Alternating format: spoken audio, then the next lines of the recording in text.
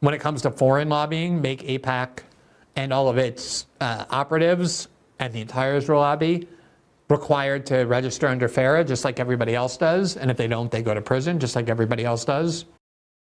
So recently, Glenn Greenwald had a podcast where he talks about why AIPAC is a particularly sinister force in American politics and how it's gained so much power over time, and what happened to one U.S. politician that tried to constrain its power. Glenn's one of the best true journalists of our era, so let's see what he has to say. Please like the video and subscribe to the channel. There is a reasonably effective instrument for preventing foreign interest and foreign lobbies from exerting influence in our country in a way that's stealth or covert. And that is the FARA registration, which requires foreign agents acting on behalf of other countries to register as such, so that everybody knows if they're slinking around Congress, whispering in politicians' ears, asking for legislation, they're doing so on behalf of a foreign government because they've disclosed it. And so if you work for the Iranian government, they're paying you to influence members of the legislature. If you do that for Qatar, if you do it for Russia, if you do it for Saudi Arabia, and the question is correct, the premise of the question is correct, huge numbers of foreign interests lobby in the United States, you're required to declare that publicly on a FARA registration form. And you can go see those. They're publicly available, and you can see who's lobbying on behalf of foreign governments for pay. This is exactly right. There are a lot of foreign lobbies. They do register to divulge that conflict of interest, certainly so. AIPAC is for some reason exempt from this. Even though it's the most powerful one, they essentially have 500 members of Congress essentially in the bag supporting all aid, endless aid, however much you want to Israel for the most part, taking part in not only supporting Israel's wars that they draw the U.S. into, like the recent war in Iran, but also promoting war propaganda that gets us involved in those wars. So yeah, AIPAC for some reason gets an exemption here, just like the Israeli government for some reason gets an exemption from being part of the Nuclear Non-Proliferation Treaty and subject to IAEA inspections. The same is true about AIPAC, and the way they get around this is they say, oh, hey, these aren't foreign agents. This is not a foreign lobby. It's just Americans that have to agree with every single aspect of this foreign lobby. Well, clearly they do talk to Israel and get their inputs from Israel and lobby for Israel, despite what Ted Cruz said to Tucker Carlson. The problem is, one of the problems is that for some reason or another, and you can fill in the blanks here, AIPAC has become exempt from that requirement. Right. AIPAC is a lobbying group that reports to the Israeli government, meets all the time with the Israeli government, gets funding from Israeli sources. Ted Cruz tried to deny that AIPAC is operating on behalf of a foreign government by saying that, and then Tucker Carlson asked him, well, has there ever been a single position that AIPAC has taken that deviates from the Netanyahu government? And Ted Cruz says, sure, they do it all the time. And Tucker Carlson said, oh, that's great. There's so many examples. Just give me one. Why don't you name one? Yeah, this is exactly true. He couldn't give a single example where AIPAC lobbied on behalf of a subject or a cause that went against what the prevailing position of the Israeli government is. You know why he couldn't do that? Because they don't exist. AIPAC exists to push the positions of the Israeli government from within the United States. Ted Cruz at one point in that interview also said, to answer Tucker's question, what sorts of things does AIPAC lobby for anyway? And Ted Cruz said, not much, really.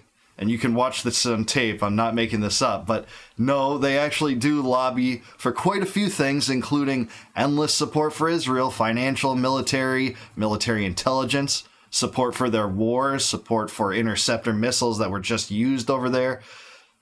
Billions of dollars gets dumped into that government, more so than any other government. They're the biggest foreign aid recipient in the United States. Ukraine is closing that gap at about $200 billion, but Israel has more than that, and they've gotten the lion's share in this last 2 years since October 7th.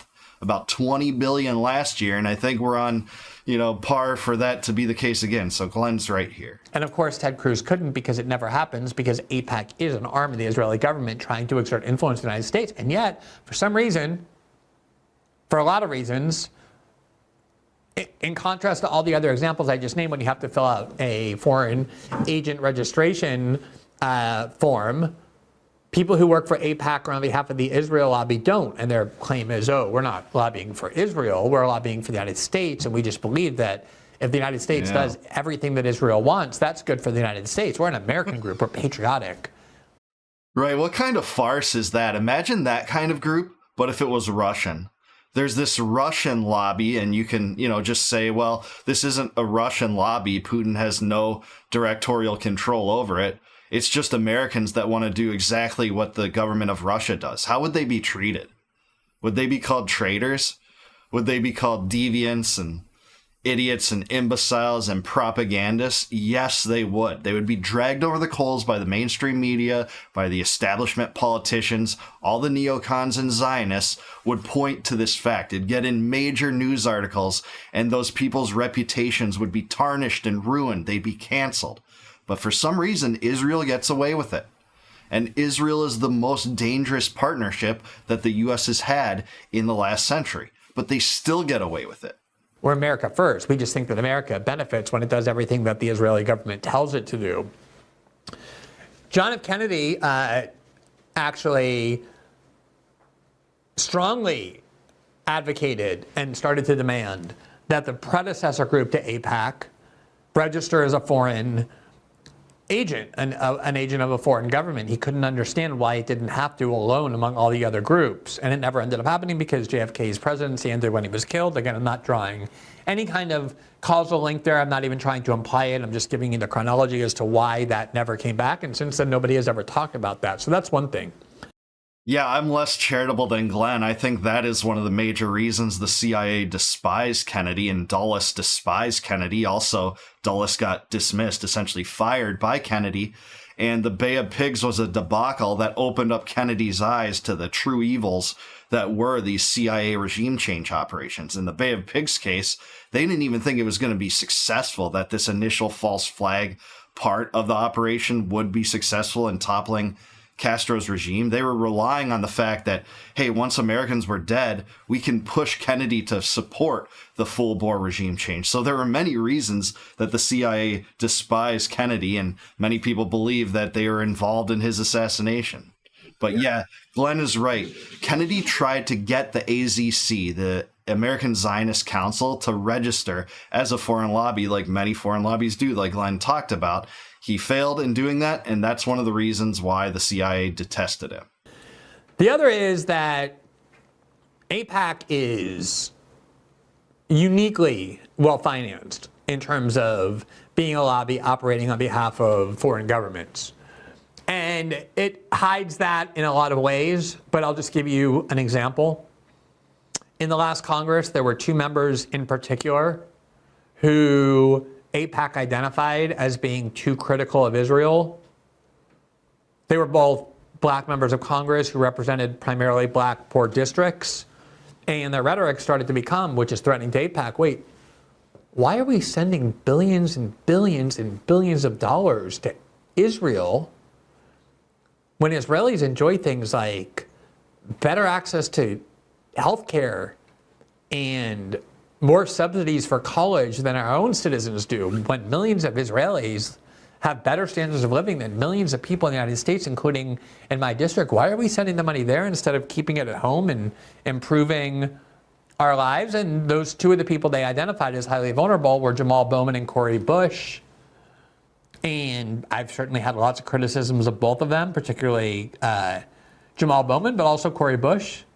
But that's not why AIPAC was interested in moving them from the Congress. They poured $15 million, $15 million, into a single House district in a Democratic primary. They found this black politician in St. Louis to challenge Cori Bush, who promised to be an AIPAC puppet, and he has kept his promise. Wesley Bell is his name. He should put AIPAC in the middle of his name because it's much more descriptive of what new he is. And they just removed Cori Bush from Congress and put in this person who is basically the same as Cori Bush, except he loves and worships and devotes himself to Israel. Absolutely, Glenn's right about this when it comes to Bush and Bowman. I don't have any particular affinity to them as politicians, but they actually were good on the Israel first mentality and opposing it, and that's why AIPAC targeted them. AIPAC also targeted my favorite congressman, Thomas Massie, and probably the biggest steward and purveyor of liberty in Congress today, and maybe our era outside of Ron Paul. They dumped $400,000 into his primary, thankfully failed because of the popularity that Massie has within his own district, within the dissident circles, and within liberty circles. So I'm hoping that this gets more and more exposure and gets completely annihilated as a strategy moving forward, because we know that the trends are that the younger the generations are, the more opposed they are to tying the U.S. at the hip of Israel and Israeli aid. So let's hope that that propensity and trajectory continues. Never criticizes it.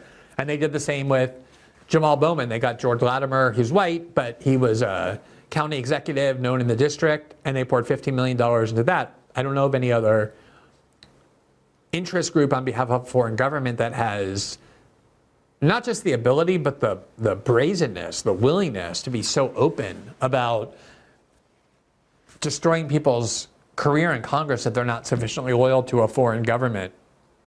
Yeah, again, imagine if this happened, the Russian representatives and the Russian lobby had a lobby that was exempt from registering as a foreign agent, and they got congressmen to be replaced on the basis that they had supported aid to Ukraine, and replaced them with congressmen that would not support aid to Ukraine. Imagine how that would be treated. Again, they would be called traitors, Putin propagandists, KGB agents, all that nonsense, anti-Semitic, throw that one in there. That's what they would be called. So the question is, well, what's the solution? Are you more willing to consider the problem of money in politics? I've never doubted the problems of big money in politics. I've always recognized that there's massive problems from huge amounts of money in politics. The founders did as well. Yeah. They were capitalists, obviously. They weren't opposed to financial inequality. They were often very rich themselves, property owners and the like. But they also warned that massive inequality in the financial realm can easily spill over into something they did want to avoid, which is inequality in the political realm or the legal realm. I don't know if I fully agree with that. I do agree with most of that, but also a lot of the founders believed in meritocracy and that only people with certain amount of wealth thresholds should be able to vote. And the argument went something like this: well, those that don't own property aren't paying taxes, because back then, income taxes didn't even exist. So they don't really have a stake in this whole thing, and they shouldn't vote on that basis. And, that was actually the most common way to disenfranchise some people in that time, other than just, limiting it to males. But that was a reason for which many of the founders despised democracy. This idea that once you give everyone the power to vote, that they will legislate away wealth from people to give them, to give themselves wealth, or to give wealth, a redistribution to those that don't have it. But mostly I'm on the same wavelength with Glenn here. And clearly that's happening. The problem is, how do you restrict the expenditure of money for political purposes without running afoul of the First Amendment? And let me just give you an example of what this kind of law would entail. This was at the heart of Citizens United, which was the 5-4 Supreme Court decision in 2010 that invalidated certain amounts of financial campaign finance restrictions on the grounds that it violated the First Amendment.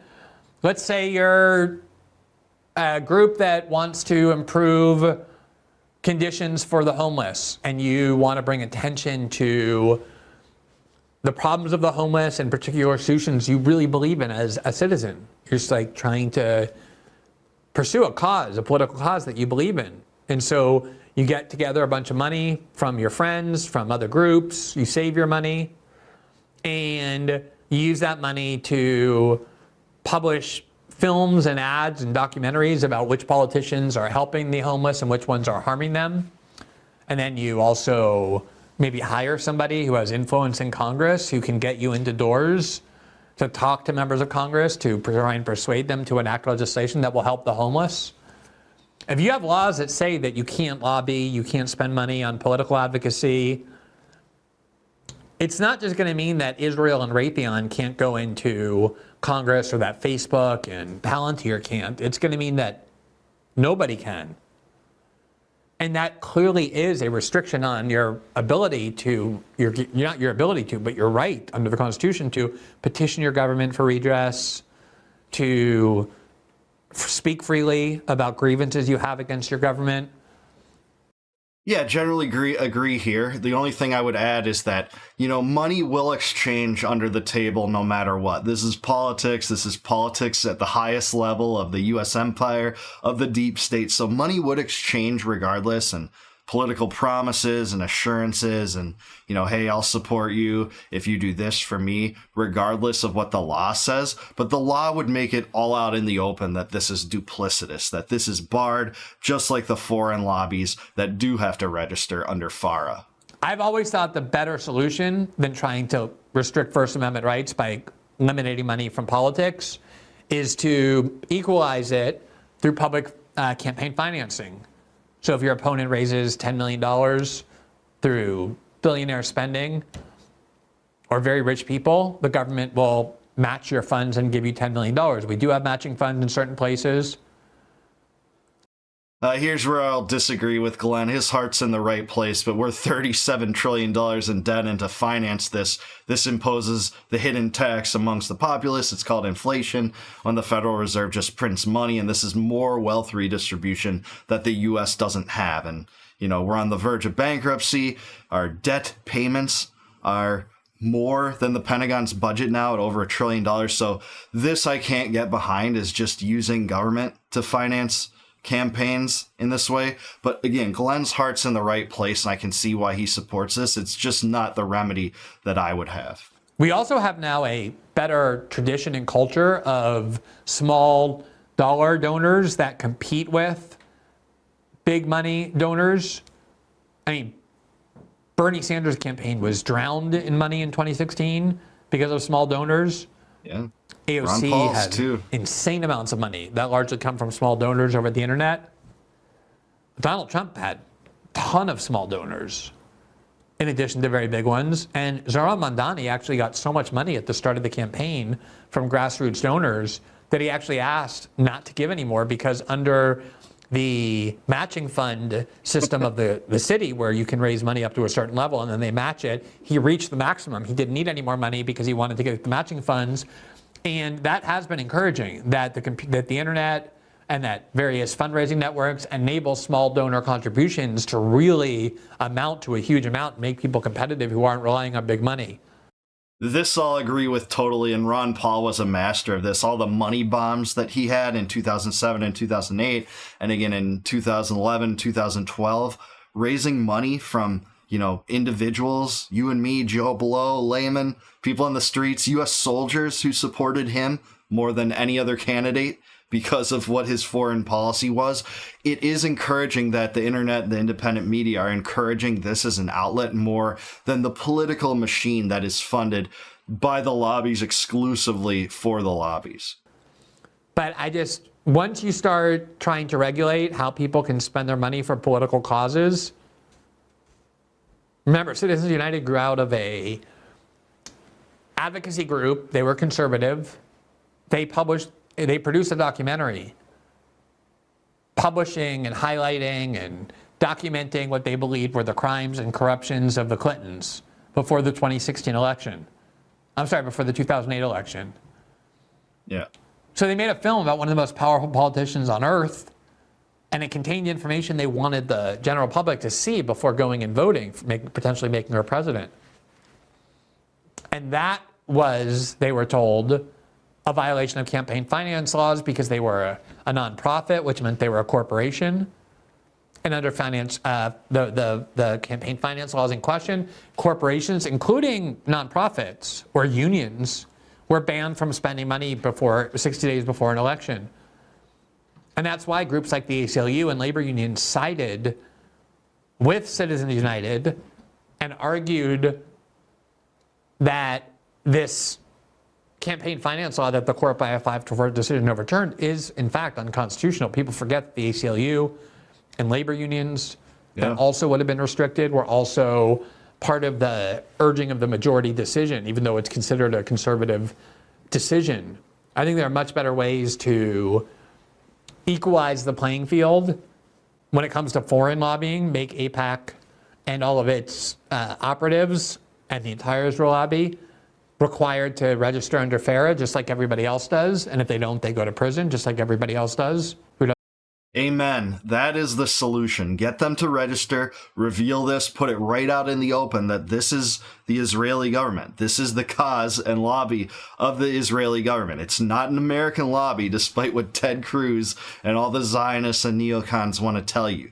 This is a foreign lobby within the United States that United States citizens would not accept under the precept that it's foreigners trying to run their government, run not only their elected officials, but also the deep state that's been built around this, the bureaucracy that exists regardless of presidential administrations and electoral outcomes. That is the solution we all need. Doesn't file the FARA forms deliberately or with the intent to deceive, and then also find ways to make the playing field even without telling people, citizens, that they can't spend their money that they earn and that they make on political advocacy, on campaigns to convince the public of certain things against various other candidates. I think there are much better ways to do it than that.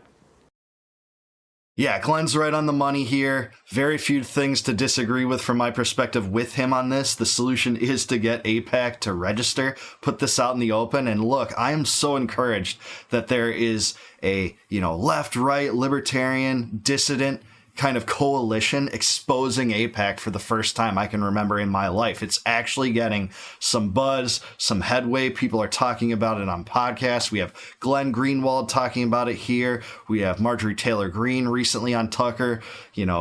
Thomas Massey recently on Theo Von and Tucker talking about AIPAC and how each congressman is assigned an AIPAC guy to keep them in line with what the Israeli government wants.